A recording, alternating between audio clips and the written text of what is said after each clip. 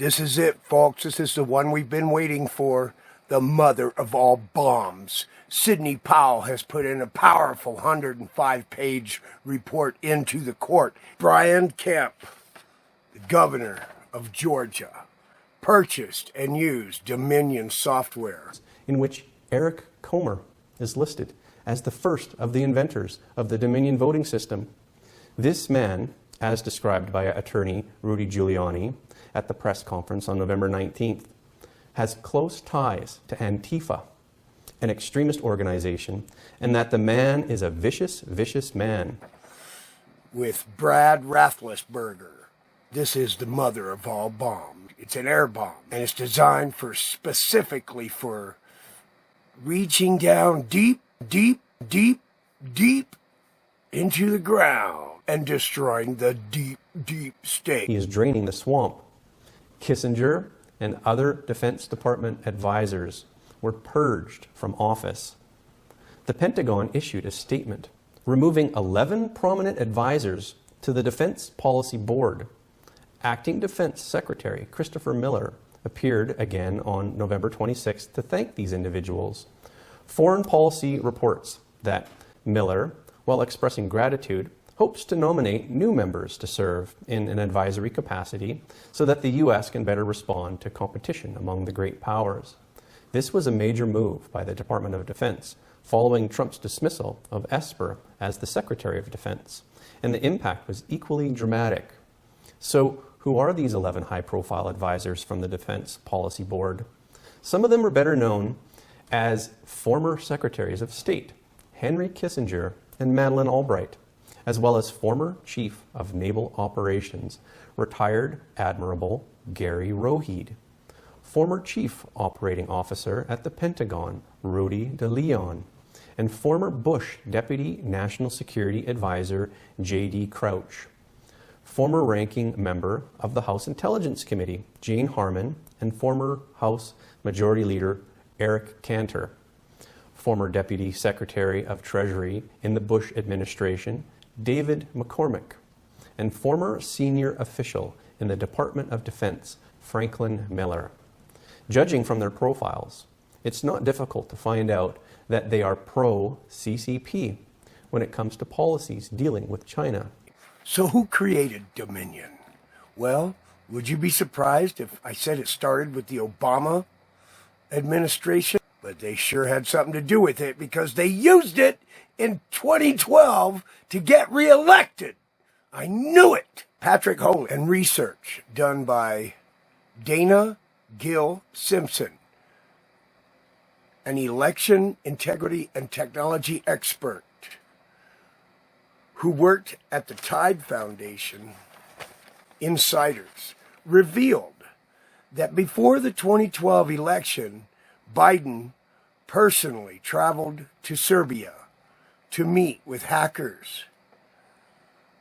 And they confirmed that the Dominion software was controlled by the Serbs. According to whistleblowers, Democrat presidential candidate Joe Biden personally visited Serbia, take point in a scheme that gave Democrats control of America's Dominion voting machines in coordination with Eric Holder, the Justice Department. It was an unusual process. Reports indicate that Obama took office in 2009, appointed Eric Holder as Attorney General. Holder then forced ES&S, the largest voting machine company, to sell Premier to Dominion within 60 days. Antitrust concerns. The Science Defies Politics blog. In 2009, New York ordered several dozen of these machines. And in 2010, Obama's Justice Department, Holder and Mueller, took the EBS unit purchase from Diebold away from the market leader, ES&S, and gave it to Dominion. Within 2 weeks, Dominion also acquired eGloria, which was formerly spun from Smartmatic, although some ties from these two companies still remain. This transformed Dominion from a new kid on the block to the second largest player in the U.S. And within 2 months, Dominion went from the new kid on the block to the second largest player in the U.S. market, behind ES&S. 4 months later, in 2010 elections, Dominion became officially involved in American politics. 2010. As voters, we never expect the election to be rigged. But to some election integrity experts, Dominion taken over of a third of the voting market in the United States is just not normal. Simpson and her husband Jim started to investigate and found some shocking secrets. Joe Biden personally assigned hackers to control Dominion. Election integrity and technical experts Dana Gill Simpson and her husband Jim, investigations reveal that hidden behind Dominion are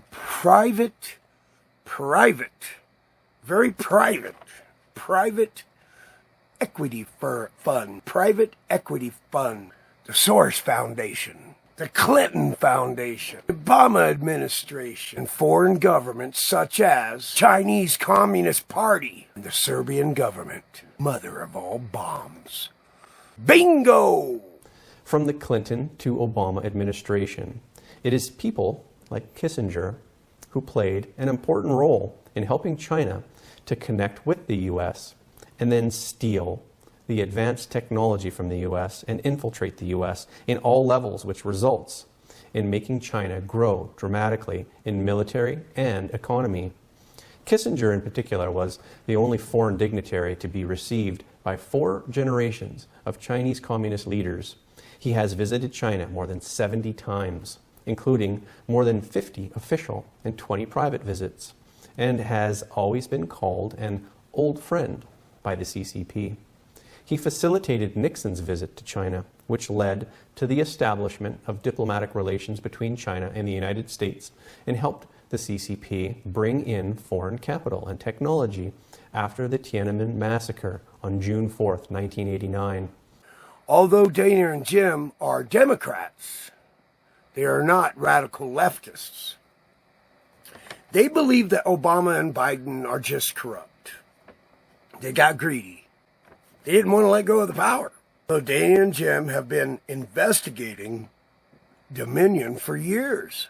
And she brought her concerns to the FBI. But they didn't listen to her. Little did she know they were probably in on it. They brought their concerns to the FBI back in 2016, including information about Dominion. 2016, that's 4 years ago. The FBI ignored her. Dana and Jim realized that Dominion was used to get Obama and Biden reelected in 2012.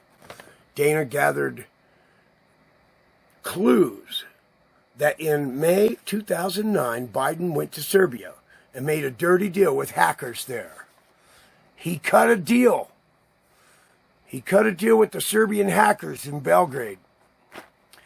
Biden had a holding force on ES&S in a divestment suit, a divestment lawsuit in the antitrust department.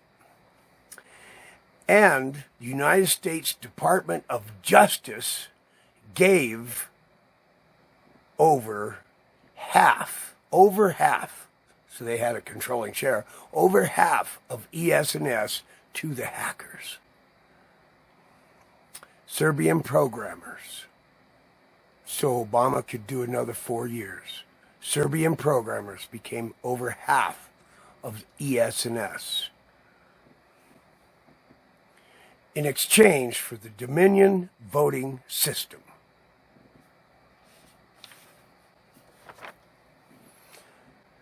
This is big. What do you do when you find out that in 2012, 8 years ago, Obama, remember, no one wanted Obama in their second term. Everybody was complaining. And it was like going, wow, how is this possible? And now here it is, 2020, and everyone's saying, Biden won? How is this possible? It's not possible. They cheated. They cheated and they used Dominion to do it. God help them.